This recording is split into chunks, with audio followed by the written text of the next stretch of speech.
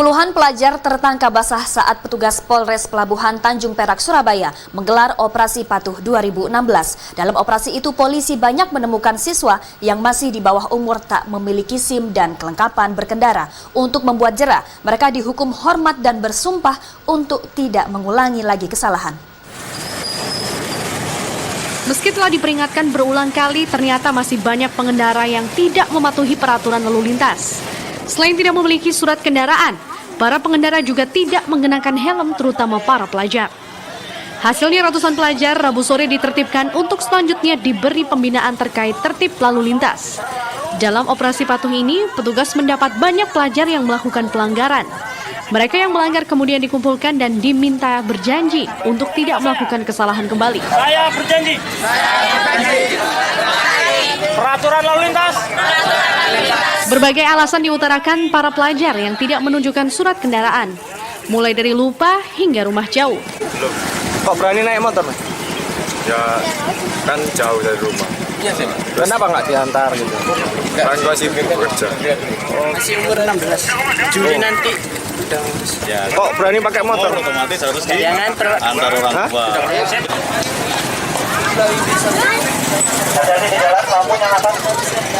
Karena hanya sosialisasi, para siswa yang melanggar tidak dikenakan tilang.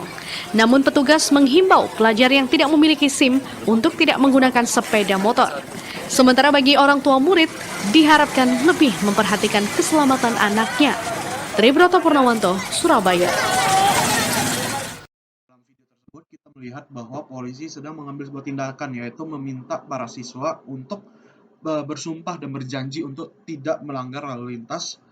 Dan dari hal tersebut kita dapat melihat bahwa sebenarnya terdapat beberapa peranan yang dilakukan oleh aparat kepolisian dalam menanggulangi pelanggaran lalu lintas yang dilakukan oleh anak sekolah. Yaitu yang pertama itu ialah upaya preventif. Upaya ini merupakan langkah awal yang diambil oleh aparat kepolisian untuk menanggulangi terjadinya pelanggaran lalu lintas yang dilakukan oleh anak-anak sekolah, yaitu dengan cara melakukan sosialisasi atau penyuluhan di sekolah-sekolah agar mereka paham tentang berkendara baik dan benar. Yang kedua itu ialah upaya represif. Upaya ini diambil oleh aparat kepolisian untuk menindak langsung anak sekolah yang melakukan pelanggaran lalu lintas dan berguna untuk memberi efek jerah terhadap anak-anak sekolah yang melakukan pelanggaran tersebut. Nah, kita melihat bahwa ada banyak sekali siswa-siswa yang melanggar gitu ya, tidak menggunakan helm dan lain-lain. Sebenarnya apa sih faktor-faktor yang mempengaruhi pelanggaran lalu lintas tersebut? Nah, yang pertama ialah faktor keluarga. Anak melakukan pelanggaran lalu lintas tidak terlepas dari adanya dukungan orang tua atau keluarga. Semestinya mereka memberi pengawasan terhadap anak-anak untuk tidak membawa kendaraan bermotor, apalagi mereka masih di bawah umur dan tidak menggunakan helm dan tidak mentaati rambu lalu lintas.